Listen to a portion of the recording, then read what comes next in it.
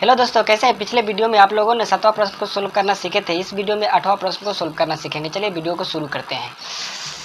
देखिए 8वां प्रश्न क्या है। यदि 3 cot a बराबर 4 दिया हुआ है तो जांच कीजिए कि 1 माइनस टेन स्क्वायर ए अब बट्टा 1 प्लस टेन स्क्वायर ए बराबर कॉस स्क्वायर ए माइनस साइन स्क्वायर ए, यानी इसके बराबर यह है कि नहीं जांच करना है। ठीक है, देखिए मैंने एक समकोण त्रिभुज यहाँ पे बना रखा है आप लोगों को समय बचाने के लिए।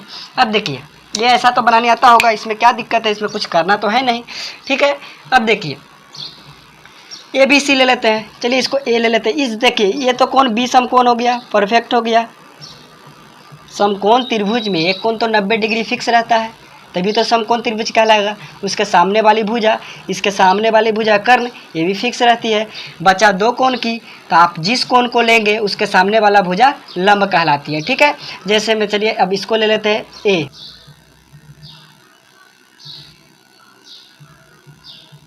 देखिए ए बी सी एक समकोण त्रिभुज यहाँ पे बना लिया।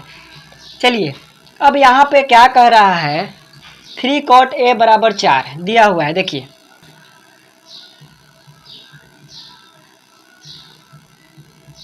चार दिया हुआ है, तो यहाँ से आप cot a का मान निकाल सकते हैं।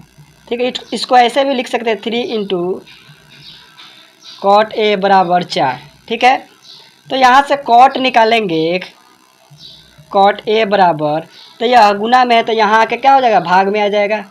ठीक है, तो cot a का मान निकल गया। ठीक है, cot a का मान कितना है, 4/3। तो cot का फॉर्मूला क्या होता है, b/p, यानी b का मान कितना दिया हुआ है 4, p का मान कितना दिया हुआ है 3, b/p यानी b का मान 4 दिया हुआ है, p का मान 3, h बराबर निकालना है, यानी h का मान निकालना है। अब यह कैसे निकलेगा इस पर थोड़ा ध्यान दीजिए। अगर हम इस कोण में आएंगे, इस कोण को अगर लेंगे तो इसके सामने वाली भुजा लंब कहलाएगी। ठीक है, और यह आधार कहलाएगी। देखिए परफेक्ट यह है कि समकोण त्रिभुज में 3 भुजा 3 कोण होता है। इसमें पहचानना क्या है कि किसको लंब बोलेंगे किसको कर्ण बोलेंगे, तो यह आसान है। एक समकोण त्रिभुज में तो एक कोण फिक्स रहता है, उसके सामने वाली भुजा भी फिक्स रहती है। बचा दो भुजा, तो देखिए इस कोण को अगर लेंगे, अगर इस कोण को लेंगे तो इसके सामने वाली भुजा लंब हो जाएगी, ऑटोमेटिक है।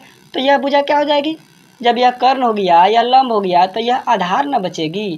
तो इसमें दिक्कत क्या है, अगर यह कोण को लेंगे तो यह लंब हो जाती, यह आधार हो जाती, इसमें रटने की क्या ज़रूरत है।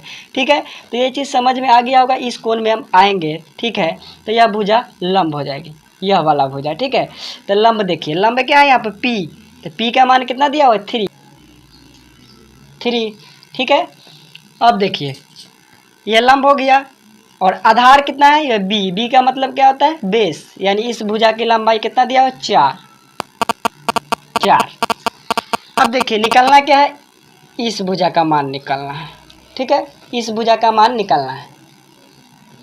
कैसे निकलेगा, पाइथागोरस प्रमेय से चलते हैं।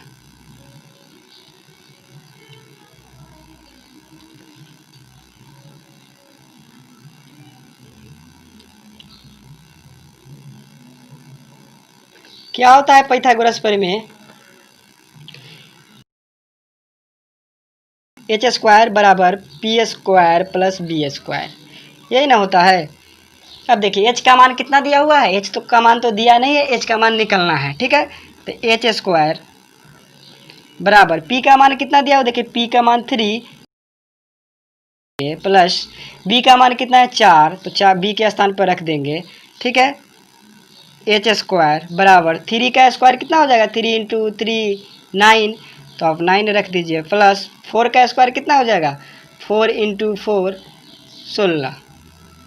अब देखिए एच स्क्वायर 16 9 25। ठीक है, यहाँ से निकालेंगे एच बराबर √25। ये रूट कैसे होता है डायरेक्ट, ये चीज़ में पिछले वीडियो में क्लियर कर चुके हैं। ठीक है, अब देखिए यहाँ से एच का मान क्या हो जाएगा, √25 का वर्गमूल कितना हो जाएगा, √25 का वर्गमूल 5 हो जाएगा। ये भी चीज़ क्लियर कर चुके हैं कि कैसे यह निकाला जाता है। ठीक है, अब देखिए इस भुजा का मान पता चल गया, यह भुजा का मान कितना आ गया 5।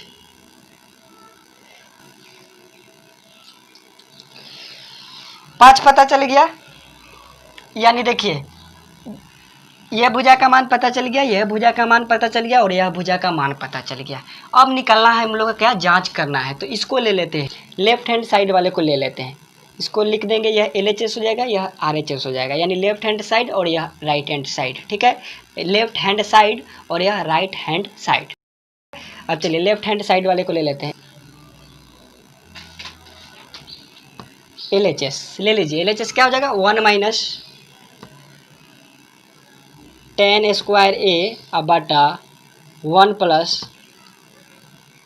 10 स्क्वायर A।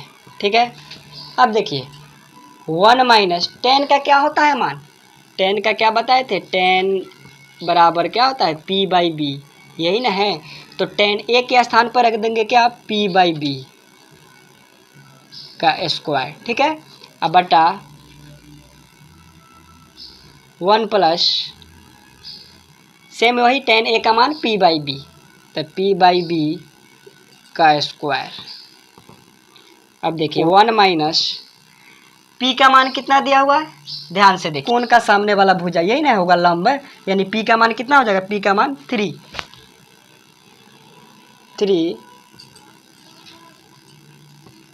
बटा B का मान कितना हो जाएगा, B यानी आधार, यानी इस भुजा का मान। ठीक है, कितना है, B का मान 4।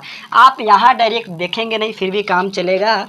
आप यहाँ से B और P दिया रहेगा, H पाइथागोरस के माध्यम से निकाल लीजिए और डायरेक्ट इसमें पुट कर दीजिए, कोई दिक्कत नहीं है। दिक्कत वहाँ होता है जब इसमें दो कोण कहा जाता है, तब तो वहाँ समझना पड़ता है कि यह कोण के सामने वाला भुजा लंब हो जाता है और यह आधार हो जाता है, इस भुजा के सामने वाला लंब और आधार, इसमें कन्फ्यूजन होता है। लेकिन इसमें कन्फ्यूजन की समस्या नहीं है, B P दिया रहेगा तो H का मान आप डायरेक्ट निकाल सकते हैं। ठीक है, फिगर बनाने की कोई आवश्यकता नहीं है। अब देखिए B का मान कितना दिया हुआ है, B देखिए 4। ठीक है, अब इसका क्या हो जाएगा, B/P तो 3/4, अब पूरा का स्क्वायर लिख देंगे। ठीक है, बटा अब देखिए 1 प्लस सेम वही मान आएगा 3/4, यानी P/B तो सेम वही मान आएगा 3/4।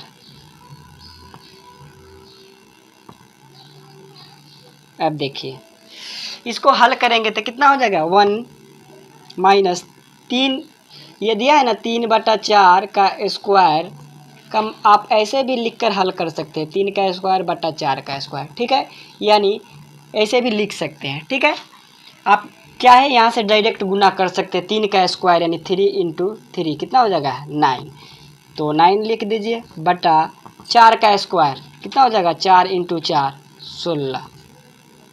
ठीक है, पूरा का बट्टा कितना हो जाएगा, 1 प्लस सेम वही आएगा 3/4 का स्क्वायर करेंगे तो वही मान आएगा 9/16।